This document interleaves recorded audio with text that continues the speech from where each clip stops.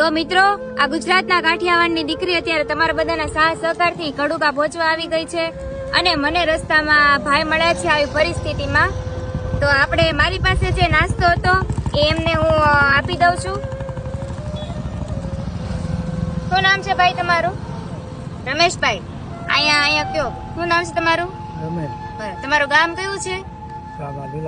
લીલાપુર. તો મારીથી બને એટલી નાની મોટી હું સેવા કરી છું અને આ થોડોક આપણે ધન આપીએ છીએ ભાઈને. આલ્યો, આ 200 રૂપિયા છે, બરોબર?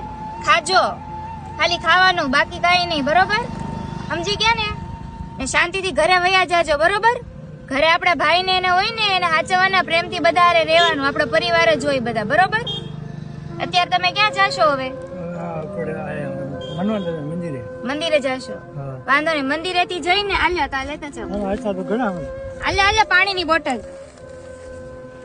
શાંતિથી નિરાતે ઘરે વયા જાજો, હો ને? તો મિત્રો, તમારી આજુબાજુમાં પણ કોઈ આવા વ્યક્તિ તમને મળે તો બને એટલી આપણી ફૂલ નહીં તો ફૂલની પાંદડીથી પણ આપણે બને એટલી સેવા કરવાની.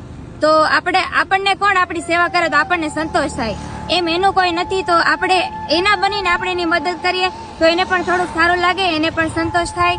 તો ચાલો મિત્રો, આપણે હવે મળશું કડુકા. જય માતાજી.